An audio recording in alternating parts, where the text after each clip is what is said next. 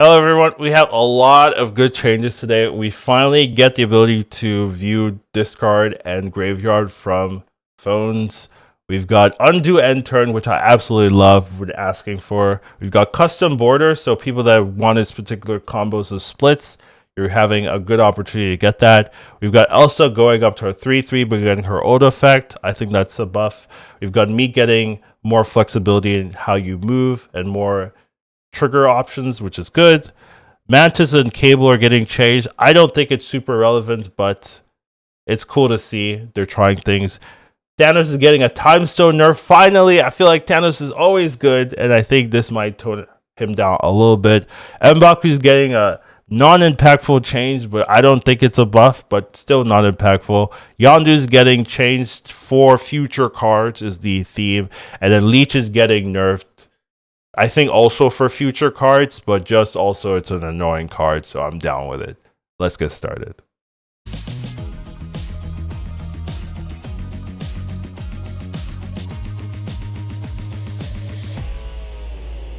Hello, everybody. So today we are going over the patch notes for March 12th.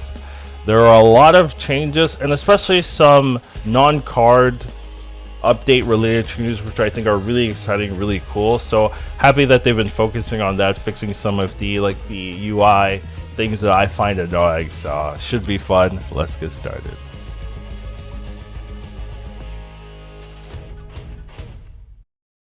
We have a lot to talk about, starting with the graveyard slash discard. So looks like Second Dinner has finally added a graveyard discard text so that you can check what got discarded, what got destroyed. We kind of have this for PC players through third-party apps, but if you are playing on mobile, things like that, you're really at a disadvantage because you don't know these things. So happy they worked on it, happy they finished it. So you can tap your player avatar and then tap the discard and destroy pile just to see cards that get revived when they're destroyed, like Deadpool, say Wolverine, Sabretooth. They don't show up in the destroy because they're not technically destroyed. They're still in the opponent's hand, things like that. But it's still very helpful, very useful for figuring out, maybe what you want to revive with Hela or Ghost Rider, maybe what you want to, like how strong your null is or how strong your opponent's null is, these kind of things. So this is very helpful. Happy they finally implemented this, so this is thumbs up for me. Next thing is the undo end turn. So this is another thing. So this is also great. This is something I've really been wanting. Just because when you snap or when your opponent snaps and you've already ended your turn, you can't go back and change your play. And sometimes the snap tells you a lot. So this I think is really useful just for competitive games, things like that, just to kind of adjust based on snapping. So I'm really happy to see this. So this is a big thumbs up for me. They have a gold pass. I don't have a lot of opinions about it. I know there was recently like a video about monetization with Alex and Cozy. Definitely recommend checking that out. I think they had some great discussions there. But if you want more gold, you can. I just don't think right now they're putting tons of like high value gold bundles out. So right now is not really the best case use of gold unless you're buying variants. So that's my thoughts on that. Next up, we have custom borders. So this one's very interesting. I think what this allows you to do is once you get a particular split for a variant, you won't get that split again. So if you get an inked, you can make any of that variant inked. You can make any of that variant any of the splits you get. So this seems to be a lot better for people that are trying to get those particular split combos they want. Now you're able to just get a ton of, like, figure out what split combo you like and then make all of your variants that combo. Now, I believe it's only per variant. So if you get a new variant, you have to get the splits again. But it should be a lot easier. Essentially, this is making it a lot easier to get the splits you want. So I think this is nice. This is something people have been asking for forever. So once again, thumbs up. So these three changes, like all thumbs up for me. I think they're very good. So I don't really have a problem with this. This is just good stuff. Next up, we have the meta changes or the card changes. First up, we have Elsa. So Elsa's going from a 2/3 to a 3/3. And it's getting its old ability back. So now when you fill a location, it gains +2 power again. So this is its old ability. The only change is now it's a 3 cost instead of a 2 cost. So it used to be a 2/2, I think. And it was very, very strong. Now it's a 3 power card. So it still should be pretty good. You are paying an extra cost for it, but maybe you see it in like Surfer. That could definitely be possible. But also, it was actually seeing play this patch just due to its very easy combo of Elsa, Hope Summers, Kitty. Like that worked perfectly for this combo, so people were playing that.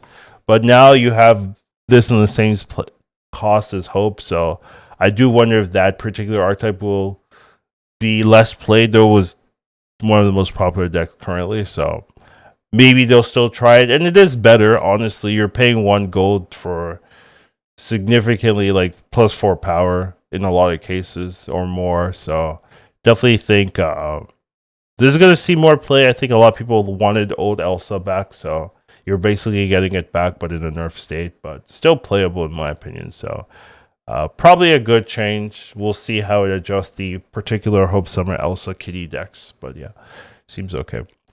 Similar to our notes around Luke Cage, we decided we took the wrong tactic with Elsa. Our rebounds aim to maintain Elsa's strength as 2 cost, but the numbers necessary didn't line up with our goals, so we're shifting Elsa to 3 cost to make her a target all locations. It's also using previous functionality, so it's gonna buff Beast again. It's gonna, I assume you've played the old function significantly more, so if you're used to the old way Elsa worked, that's how it works again now. Seems reasonable to me, so I'm okay with this change. Don't have too much opinions, but I do see some people always talk about Elsa coming back. Next up, we have Meek change. So this looks to be it's not a significant buff, but it gives you more control of Meek. So instead of it triggering after each turn, it now will trigger immediately as long as it's on the board. And it will, instead of moving randomly, you can now choose where to move. So it will gain 1 power and then you can move it next turn. So kind of like you discard, now next turn you can move. And because of that, it now triggers, it'll gain power from end of turn. So Dracula works now. Invisible Woman works now, so that's helpful, I think, for many Meek enjoyers. So this is just a Meek buff. I think it makes sense, and Meek has been played. I think it's better than I thought it would be. So if you like this card, yeah, I mean, you should already have this card if you like this card. So yeah, makes sense. A little buff for Meek. I'm down for it. All right, so next up we have Mantis.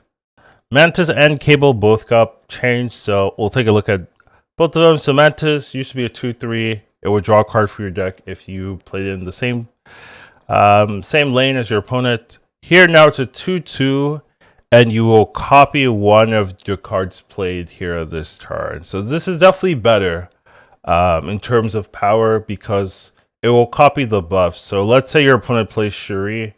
If you play Mantis into that lane, you'll get a 28 power Red Skull, or you'll get like a 16 power Vision, things like that, right? So that's definitely better. However, I still think this is still too complicated or convoluted to really want in your deck. You're going to have to do a lot of checks, right? So you have to want the copy, you have to want what they're going to play, and then you're going to have to figure out where they're playing it, and then you're going to have to change your play to accommodate having this new card in your hand, right? So let's say you do get a 28 power Red Skull turn 5, right? Turn 6, right? You might want to play that, but that means you can't play many of your other cards. And You're also just like your opponent knows, oh, he's gonna play a 28 power Red Skull. I guess I need to fight in those lanes, right? Having your opponent knowing what you have in your hand is a pretty big disadvantage. So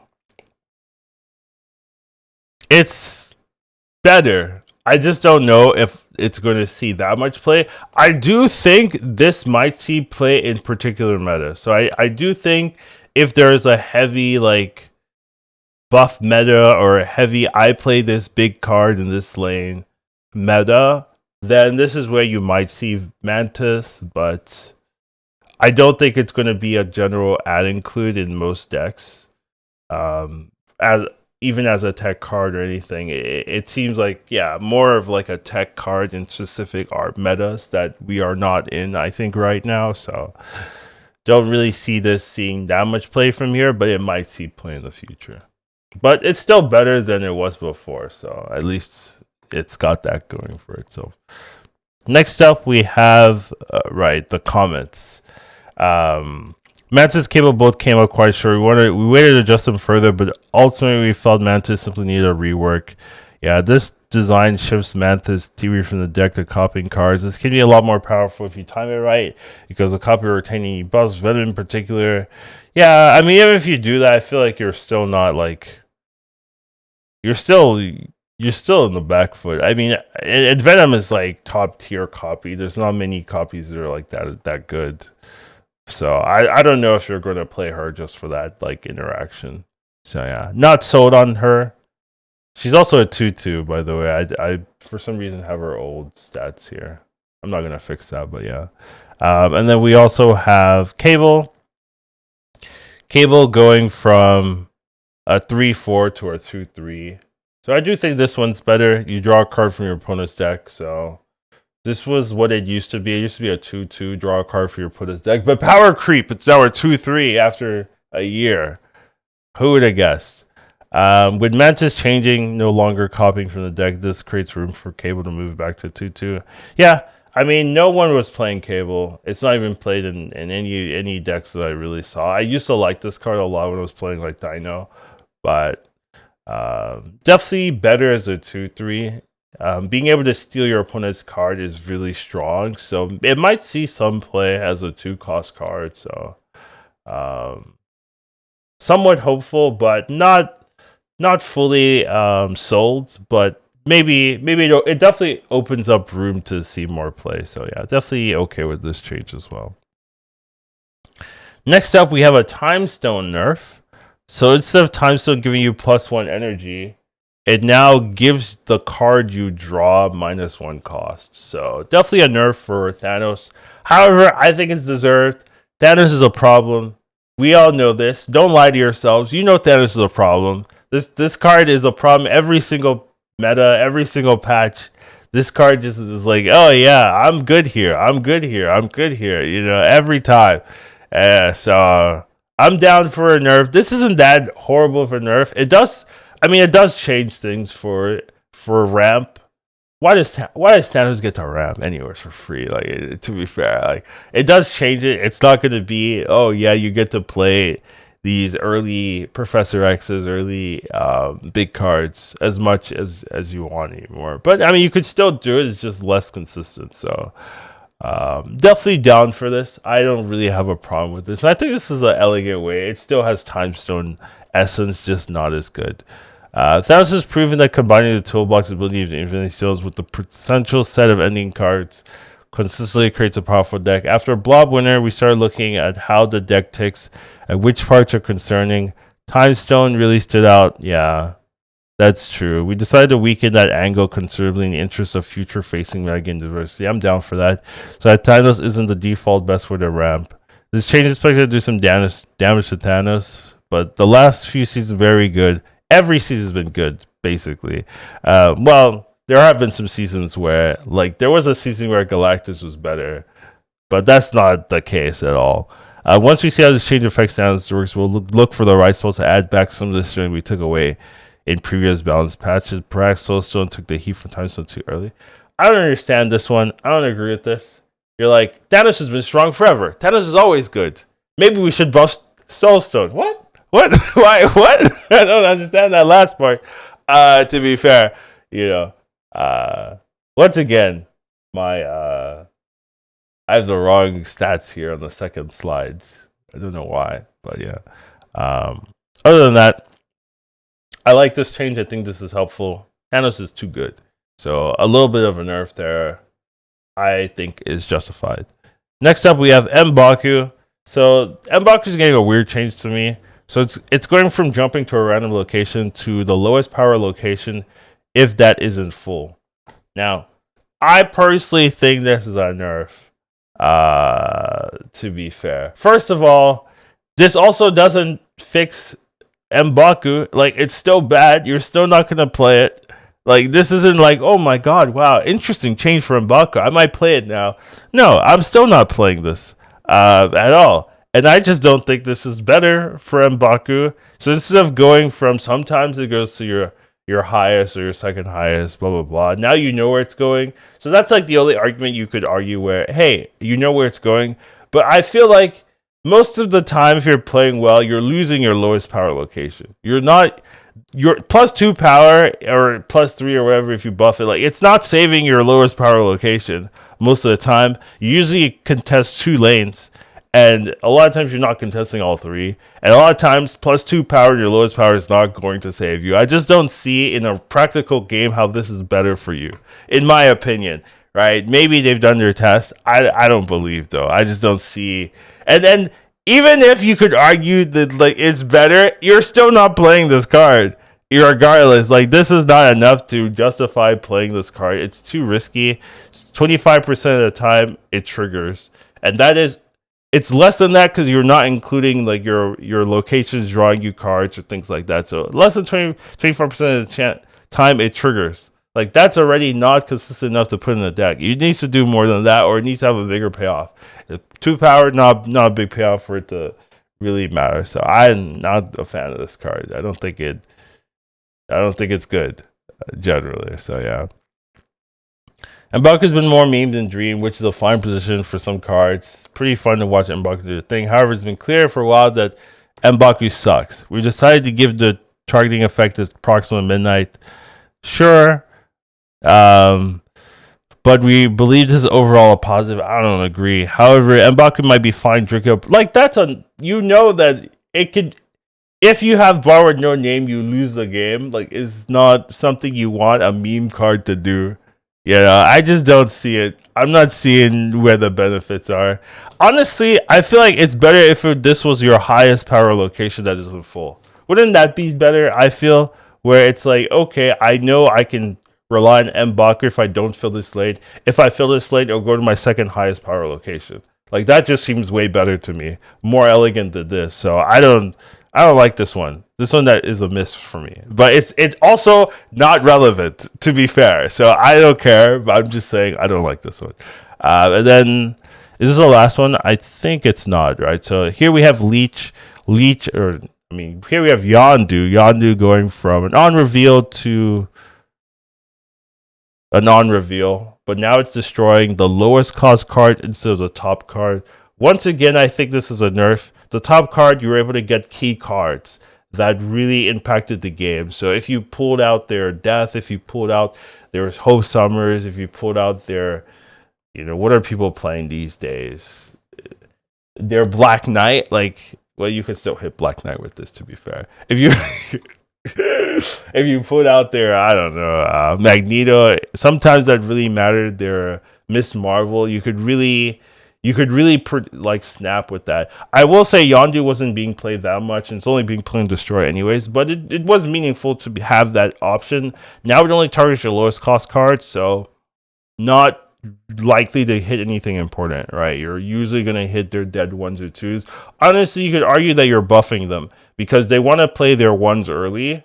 So they on turn 1, right? Either they have their 1 or not, and then you play this on turn 1, you destroy their 1, so they're not top decking any weak cards anymore, or they're a lower likely chance to top deck weak cards. So honestly, it feels like you're buffing your opponent's deck by destroying their lowest cost card. However, I will say this feels like a change designed to buff Baron Mordo. So if you've seen some of the new releases, Baron Mordo is a card that pulls your lowest cost card from your opponent's deck to your own field.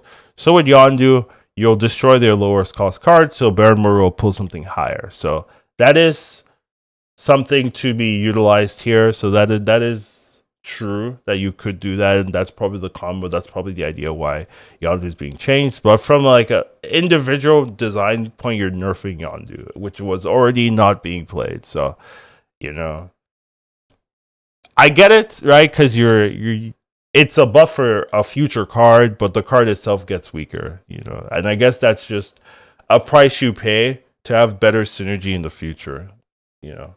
That's my thoughts there. Recent competition, no one's playing Yondu. This small change aims to give Yondu some new potential cards of functional cards like Cable. I mean, you're not going to play Cable into Yondu for Cable synergy, and pulling a strong card with Cable doesn't matter. I mean, you'd rather pull something cheaper with Cable so you can play it without like messing up your curve. So I don't know if that just seems BS. And others in the future, yeah. So they do talk about Baron Mordo. So yeah, this is probably just a change for Baron Mordo, improving the quality of cards by destroying the duds. Given the existing effect was already insufficient for null to notice, this potential outweighs that consideration. Yeah, so basically no one was playing Yondu, so they're changing Yondu to buff a future card, is the interpretation here, which I guess is fine. Like, no one was playing Yondu. I don't think you're going to be that sad. And maybe it makes Baron Mordo a lot better to have this function compared to its previous function. And then last up, we have Leech getting changed. I know some people are rejoicing. There are definitely some absolute Leech haters. I do think this makes Leech a lot worse because you're not going to remove all the options for your opponents, right? Essentially, so it's going from at the start of turn 6, remove all abilities to on reveal, remove the text of cards with on reveal. So Leech hits Leech. It doesn't hit any ongoing stuff essentially, or any things with passives, just random passives. So like Hope Summers doesn't get targeted. Iron Man doesn't get targeted, those type of things, right? So pretty big change, pretty big nerf in my opinion, because your opponent will still have options a lot of the time. There will be definitely some games, some scenarios where you just have on reveals of your hand and it's still the same, but there's a lot more opportunities for cards to get nerfed. It will also, I will say, it means that Infinite will not get changed, right? So that was like the main issue of playing Leech. It opens up Infinite, right? Your Infinite just gets boom, right? But now this doesn't target, it doesn't hit She-Hulk, it doesn't hit Hot Evolved Hulk, it doesn't hit a lot of cards, so there's just a lot of cards that this doesn't touch anymore. So this just feels like, hey, Leech was a problem, people kept complaining, let's nerf it where people won't complain as much. So seems weird.